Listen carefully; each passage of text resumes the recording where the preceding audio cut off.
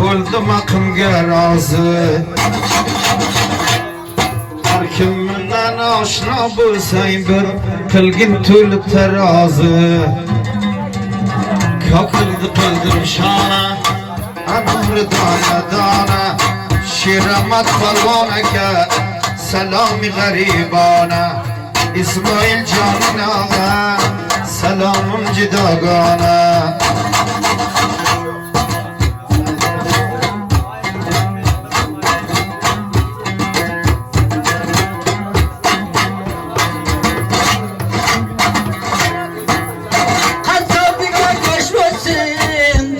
Dilim coşmasın, Saddam can diye atası, saydıl bizden kuşmasın. Avar digen gilamdan, hat bitigen kalamdan, yendi yüzünü yazma, aynen masay yalanla.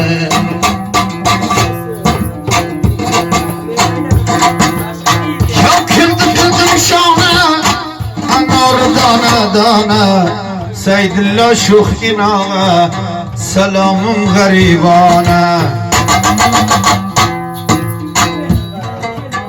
Keçen bişkeniye Sadata batsa yarımız Mardım kuysiyatı Tarafiga sayarımız Zeynullah kalktı inağa Amr desen tayarımız.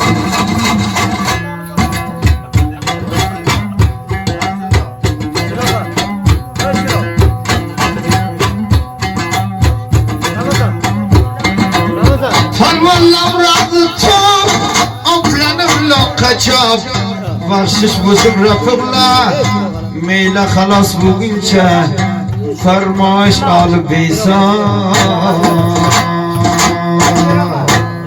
Dursun Geceli huzur Kamil ediyle.